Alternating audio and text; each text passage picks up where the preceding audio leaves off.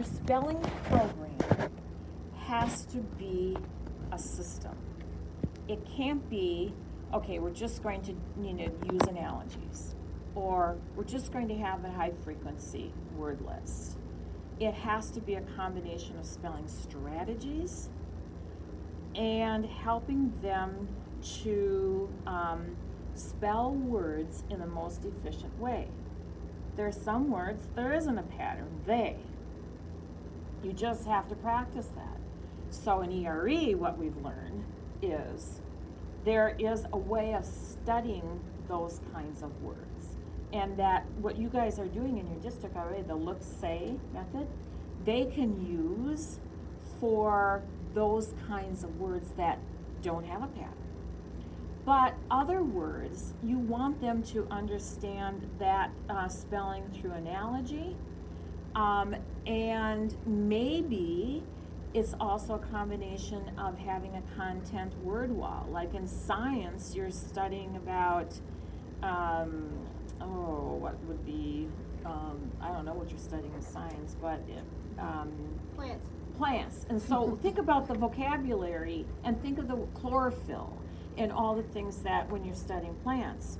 Well, okay, so now we're going to have a chart of words that we are learning in science that we may want to use as a writer. That's a strategy.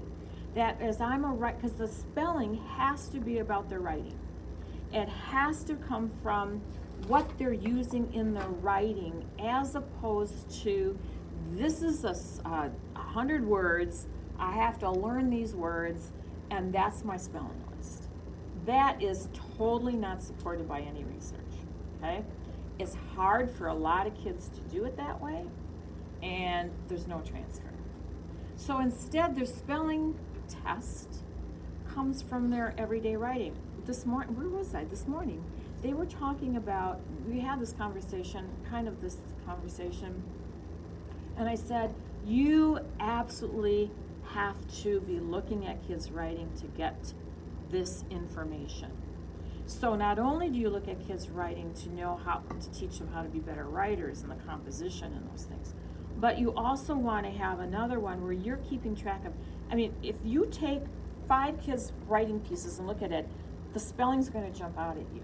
And you're going to say, oh my gosh, there's the word they, and there's the word vary, V-A-R-Y, and they, T-H-A-Y, and there'll be a couple other words, okay? And so for each kid, it doesn't take you much time to write down a couple keywords that, boy, they've got to get these under control. If you did a window pane, just looking at kids' everyday writing, and put down and then some of the words are going to be words that are, maybe they're trying to spell the word intelligent. Well, you're not going to go to that one, unless it's a kind of kid that can spell anything under the sun. And so that would be a great challenge for them. By doing a window pane, here's what you do. You're going to look at it and you're going to go, this whole class could use the word they and very. And at some point, I have to teach them how to use their. I'm thinking, 3rd grade is probably, end of 2nd grade, 3rd grade is, or the word to. Just today in a 1st grade, in somebody's 1st grade, it might have been yours, the kid was writing into, and they did I-N and then T-O-O. Well, what a great little spelling little thing for that kid to learn, you know what I mean? Okay, so now you've got this window pane, and you're noticing some words, and you're saying, oh, you know what? They and very, this whole class needs. We're all going to be, this is our challenge. But also, kids are going to have a couple of their own words. So maybe 5 words they pay attention to. And some of them, they're going to use the look-say. Some of them, they can learn how to spell because they know another word that looks like that. So they then practice those words. You can do the look-say. And then you say to them, you can do a celebration. Let's say I told somebody today this. Put a celebration chart up for the words that the whole class is trying to get a handle on. They and very. When you can demonstrate that you are writing this word all the time correctly, put your name up there. Put it on with a Post-it first, and then show me Prove to me you can spell this word. Put it up on the celebration chart. A celebration chart will move kids forward just as quickly as when they see their name next to a strategy on an anchor chart. And then they can practice that together, the look, say method. You know, I've got it down in my notes, you've got it, how to go about doing that. Then if you have it, like maybe they take 10 minutes out of a couple of days a week where they're going to practice that, they can send it home. Parents love to know that they're working on spelling, but give them a productive way to do it with those words that, you know, the look, say method.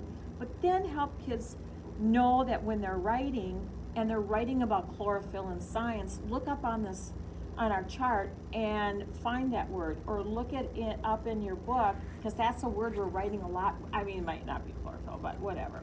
Or look on our word wall, because these are words that you know, we're using a lot, and by golly, we want to see everybody spelling it correctly. Here are the ways you can do it.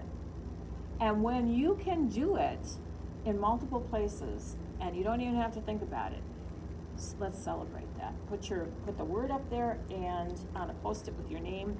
Then you have to prove it to me.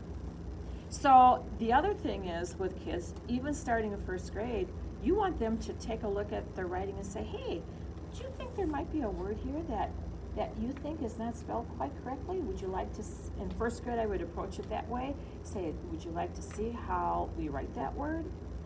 In second grade, then you want them to be in their piece of writing when they're done.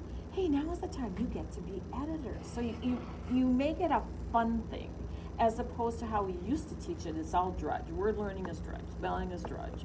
You know, if you get them all wrong, you gotta do it. I'm a bad speller, blah, blah, blah. As opposed to celebrating, as opposed to spelling strategies. Now, when you're done, now you get to be an editor. So right now, go back and give them each a little highlighter. Highlight just one or two words that you think are not quite spelled correctly.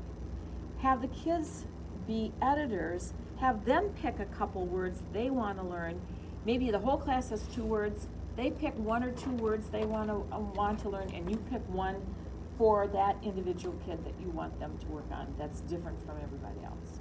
That becomes their little bank of words that they're going to practice and pay attention to. And if you do it that way and celebrate it. So then they go back to their stories and you show them how to write the word. Now they get to change it. Then now they get to erase it and change it. Or they get to put a little post-it tape over it and write it the correct way. So it becomes this system.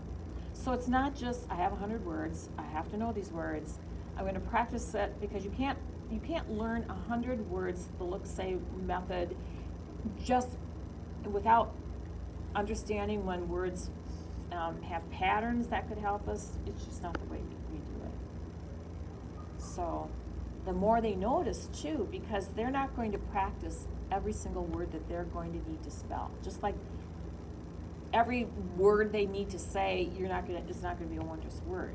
What you're trying to get them to do is notice words, notice the patterns, show them a bunch of different strategies, turn them into editors, and give them real reasons to go back and actually use their spelling. Because you know what, guys?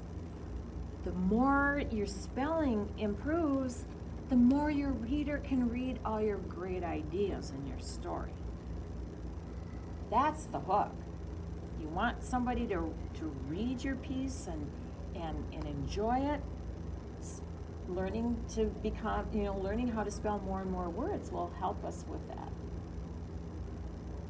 As opposed to